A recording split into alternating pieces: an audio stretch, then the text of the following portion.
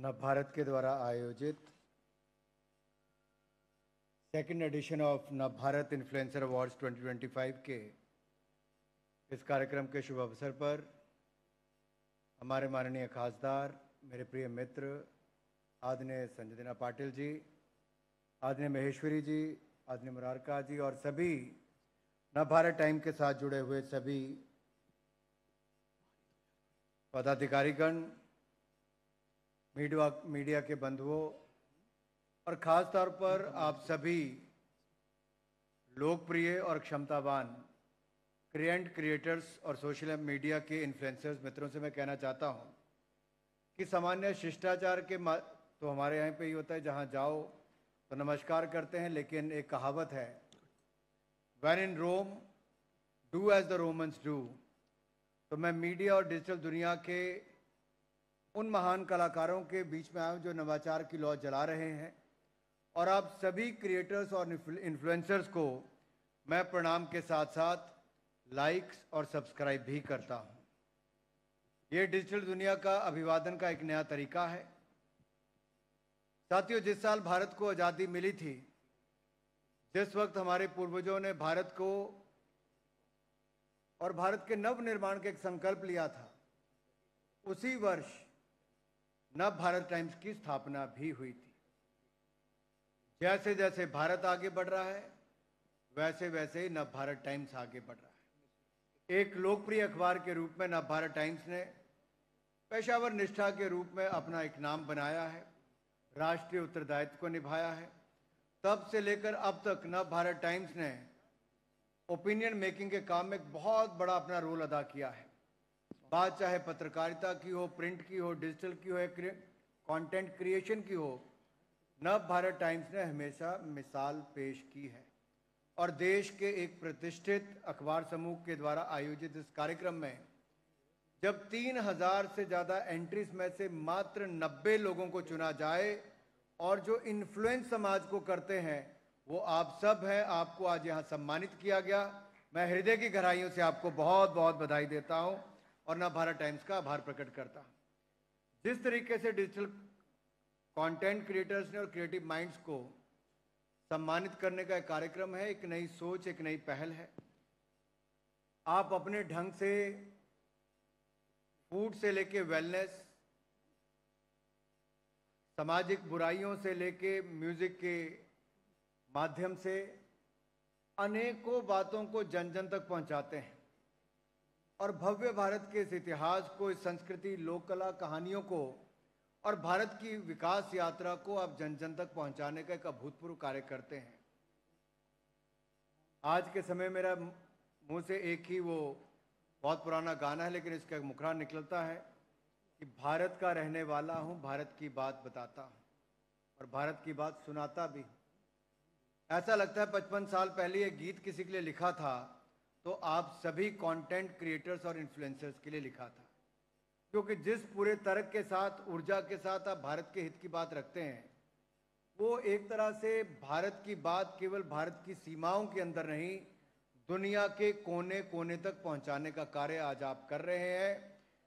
लोग आपको कहते हैं कि आप एंटरटेनमेंट करते हैं। जी नहीं, आप इंफोटेनमेंट करते हैं, क्योंकि आप एंटरटेनमेंट के साथ साथ इंफॉर्मेशन देने का काम भी करते हैं। बहुत सारी बातें हैं जो मैं कह सकता हूं, स्टोरी टेलिंग से लेकर, लेकिन शायद भारत का हर बच्चा जब पैदा होता है तो उसको बचपन से ही आदत पड़ जाती है। दादी के घर पे हो तो दादी की कहानी सुननी पड़ती है, लोरी सुननी पड़ती है, नानी के घर जाए तो वो सुननी पड़ती है। मेरे जैसा व्यक्ति जो जॉइंट फैमिली में बढ़कर पैदा हुआ तो उसको तो इतनी कहानियां आज तक सुननी पड़ी कि स्टोरी टेलिंग के ऊपर ना जाने कितना कंटेंट क्रिएट हम लोग कर सकते हैं। यहाँ हर गांव की एक अपनी कहानी है, हर परिवार की एक कहानी है, हर समाज की एक कहानी है। और मैं कहना चाहता हूं कि हम भारत की कहानियों को बताने लगें तो दुनिया एक तरफ हो जाए और भारत की कहानियां तब भी खत्म ना हो पाए, इतना ताकत हमारे पास है। और कहानी तो हमारे संस्कार में है, कहानी हमारे संस्कृति और धर्म का एक अभिन्न अंग है। यही नहीं, सनातन धर्म की परंपरा में कथा वाचन को भी बहुत श्रेष्ठ धार्मिक कर्म माना गया है। सनातन धर्म में व्यासपीठ की परंपरा भी है, और अगर ये इस तरह से देखा जाए तो गांव-गांव में, शहर-शहर में जो हमारे महाभारत, रामायण, वेद, पुराण, उपनिषद, पंचतंत्र हो या फिर जातक कथा हो, न जाने इसके आसपास ही कितना कंटेंट दुनिया भर के लिए बनकर तैयार हो जाए।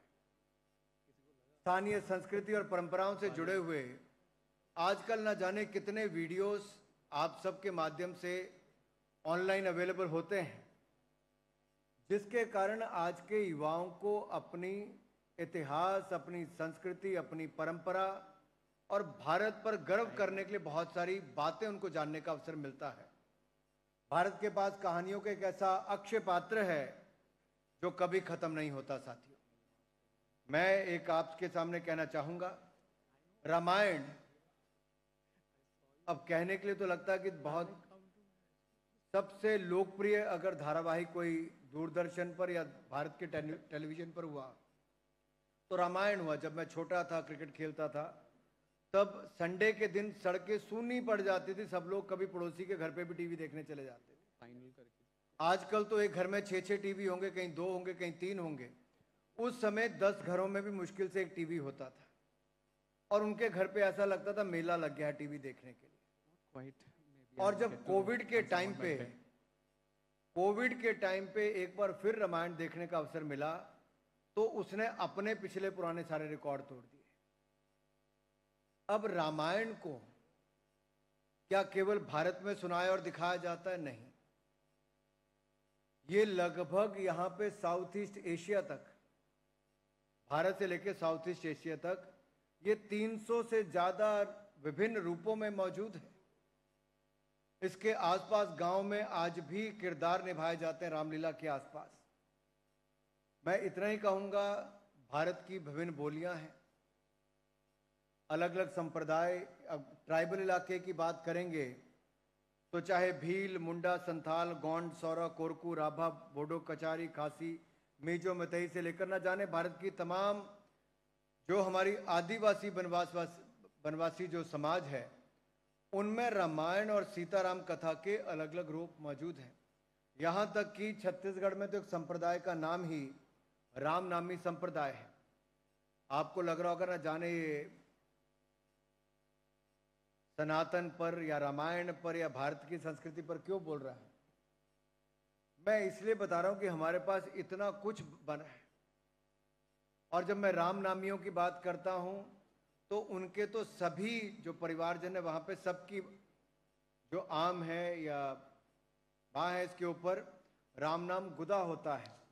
कंटेंट अलग अलग हो सकते हैं, कहानी अलग अलग हो सकती है, रंग अलग अलग हो सकते हैं, मगर भगवान राम सबके हैं, चाहे भारत में है या साउथ ईस्ट एशिया तक हैं। मर्यादा पुरुषोत्तम राम और उनके आसपास की कहानियां इतनी है कि जब भगवान राम के मंदिर का निर्माण हुआ, अयोध्या में उसका उद्घाटन हुआ, तो वहां पर जो संत महंत थे उनसे इतना कुछ सुनने को मिला, और कई बार मन ही मन में आ रहा था कि अगर 10 महंत संतों से इतना सुनने को मिलता है तो ना जाने साउथ ईस्ट एशिया और यहाँ तक कितना कंटेंट हमारा केवल रामायण और भगवान राम के जीवन के आसपास होगा। अगर मेरे पिछले 4 मिनट केवल इसी बात पर गए तो आप सोचिए इनके आसपास जो कहानियां और स्थान है। मैं हिमाचल से आता हूं, देवभूमि से। हमारे ही महाभारत काल से लेकर अन्य ऐसे उदाहरण देखने को मिलते हैं जहां शायद दुनिया भर के लोगों को पता चले तो न जाने कितना टूरिस्ट आज भारत की ओर आ जाए, और वो ताकत आप में है, वो आप कर सकते हैं।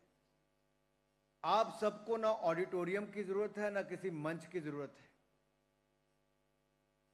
आपके कंटेंट में इतनी ताकत है कि आपको किराए का ऑडिटोरियम और मंच नहीं चाहिए। हमें तो अब माइक भी अपना चाहिए, कंटेंट भी अपना चाहिए, क्रिएशन भी अपनी चाहिए, और साथ ही साथ नेटिव डिजिटल प्लेटफॉर्म चाहिए जहां वोकल फॉर लोकल हम अपने प्रोडक्ट्स के लिए हो रहे हैं, आत्मनिर्भर भारत को बल देने के लिए कर रहे हैं, स्वदेशी को बढ़ावा देने के लिए कर रहे हैं। वहीं पर कहीं ना कहीं वोकल फॉर लोकल हमें अपने मंच के लिए भी होना पड़ेगा। आज जब मैं नीचे बैठा था तो महेश्वरी जी मुझसे कह रहे थे, फिर संजय भाई ने कहा, दो लोगों ने और आके कहा कि कंटेंट तो ये सब बनाते हैं, लेकिन एल्गोरिदम तय करने वाला किसी दूसरे देश में बैठा है, डेटा सेंटर्स कहीं और बने हुए हैं। आप कुछ कर लें, आपके कंटेंट को रोकना कितना, चलाना कितना, किस खबर को कितना करना है, वो आपके हाथ में नहीं है, वो 7 समुंदर पार है। क्या हम अपने देश के अंदर नेटिव डिजिटल प्लेटफॉर्म्स ऐसे बना सकते हैं, चाहे हमारा ईमेल एड्रेस हो, ई कॉमर्स हो, हमारे कंटेंट के लिए वेबसाइट्स हो, हमारे अलग अलग प्लेटफॉर्म्स हो, हम कर सकते हैं। पर हमें अपने में विश्वास तो हो, भारतीयता पर, भारतीयों की ताकत पर, क्षमता पर हमें विश्वास होना चाहिए। और आज मैं कह सकता हूं, अगर ग्लोबल साउथ का इन्फ्लुएंसर इन चीफ कोई है तो नरेंद्र मोदी हैं, जो सबसे बड़े इन्फ्लुएंस उन सबको करते हैं। और उसी तरह से आप अपने अपने क्षेत्रों में इतना बड़ा काम करके आज बहुत सारे लोगों को प्रभावित करते हो। लेकिन साथियों, आपको देखना है कि अगले 10 वर्षों में आपकी क्या भूमिका रहने वाली है। ये जो सॉफ्ट पावर और क्रिएटर इकोनॉमी है, ये बहुत तेजी के साथ बढ़ रही है। 1 ट्रिलियन के लगभग का योगदान होगा आपका। जहां भारत एक $5 ट्रिलियन इकोनॉमी की बात करती है, आपका कंटेंट क्रिएशन से, क्योंकि जब यहीं पे हमने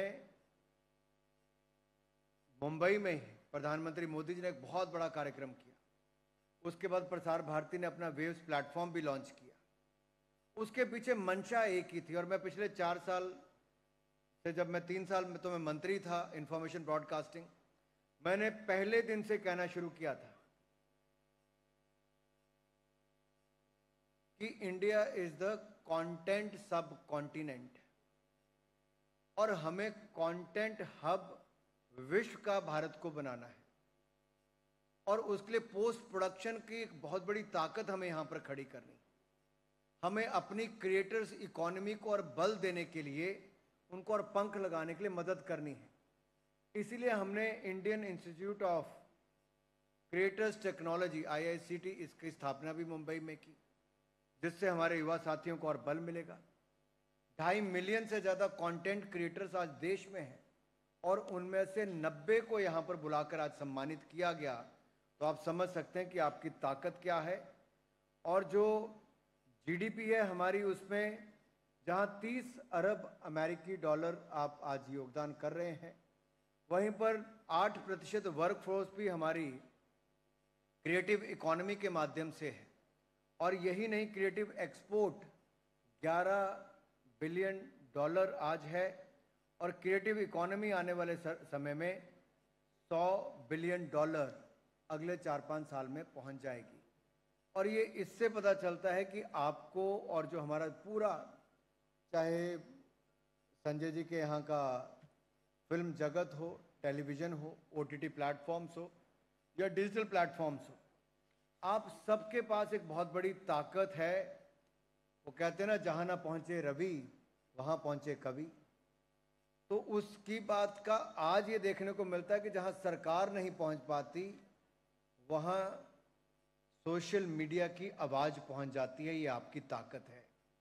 और जो नीचे की आवाज़ सरकार तक नहीं पहुँचती, वो भी सोशल मीडिया के माध्यम से सरकार तक पहुँचती है, और उसके माध्यम से समस्याओं का समाधान हो, या उन सुझावों के माध्यम से नीति निर्माण हो।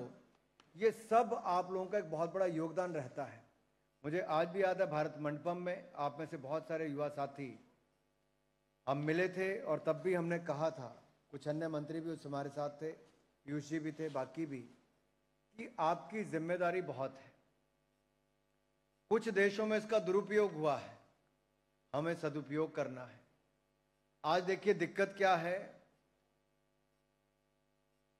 किसी का सोशल मीडिया का अकाउंट तो भारत में है, पासवर्ड किसी दूसरे देश में क्रिएट होता है, कंटेंट कहीं और से अपलोड होता है, और विवाद पैदा करने के लिए उस पर एक तरह से लाइक और शेयर, फॉलो और उसको ट्रेंड कराने का प्रयास कहीं और से चलता है।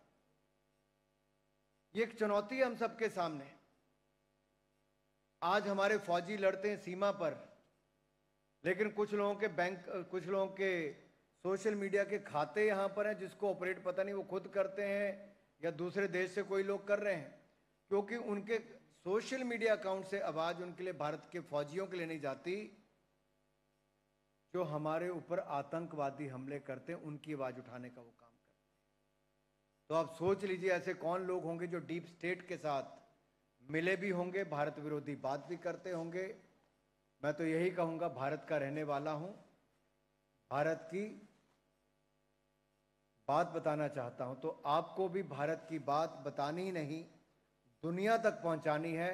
और मुझे पूर्ण विश्वास है आज के कार्यक्रम में जो आपको सम्मानित किया गया, ये आपके काम को पहचान कर आपकी पीठ थपथपाने का काम है कि अगले 10 वर्षों में जब भारत और नई ऊंचाइयों पर होगा, 11वें नंबर से हम 4थे नंबर की इकॉनमी बन गए, अगले 3 साल में हम तीसरी बड़ी इकॉनमी बन जाएंगे। लेकिन अगले 22 साल में अगर हमें विकसित राष्ट्र बनना है तो उसमें सोशल मीडिया इन्फ्लुएंसर्स की, कंटेंट क्रिएटर्स की एक बड़ी भूमिका होने वाली है। नव भारत टाइम्स ने विकसित भारत के लिए सोशल मीडिया इन्फ्लुएंसर्स को, कंटेंट क्रिएटर्स को आज सम्मानित किया।